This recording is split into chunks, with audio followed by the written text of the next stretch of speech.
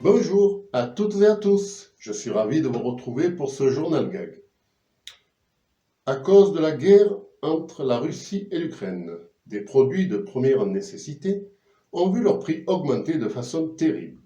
Mais désormais, c'est aux articles secondaires que cela arrive. Voici donc quelques exemples. Alors que le prix des cordages marins avait lui aussi augmenté, sur les quais du port de Marseille, un navigateur n'arrivait plus à joindre les deux bouts.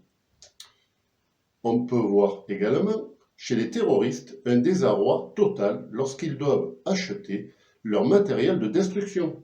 Ils s'attendent à ce que le prix de leur baril de poudre explose aussi. Le prix du bois de chauffage a beaucoup flambé. Au niveau des centres équestres, l'abonnement a subi une inflation galopante. Les prix des billets d'avion ont décollé. On raconte même que les tarifs des séjours à la neige vont atteindre des sommets. Et j'ai personnellement pu déplorer que les tarifs des prostituées soient bien montés également. Bref, comme vous avez pu vous en rendre compte, tout augmente, absolument tout.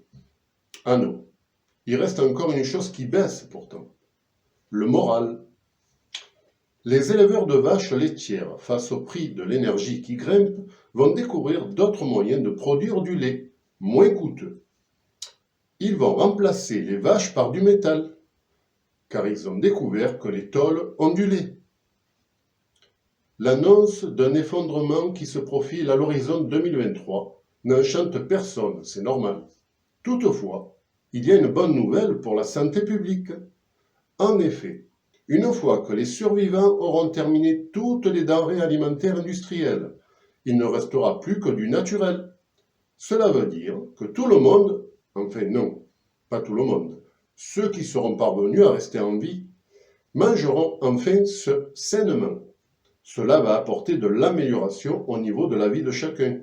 Ce sera plus sain pour les dents, pour le régime, pour votre métabolisme. Ce coup de fouet va faire un bien fou à votre corps. Une petite anecdote qui nous vient du 84 et qui date des dernières élections municipales.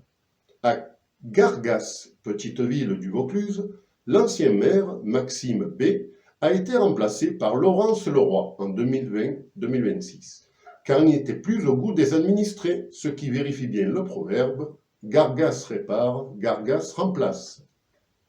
Voilà, ce journal est maintenant terminé. Je vous remercie de l'avoir suivi et je vous dis à la prochaine.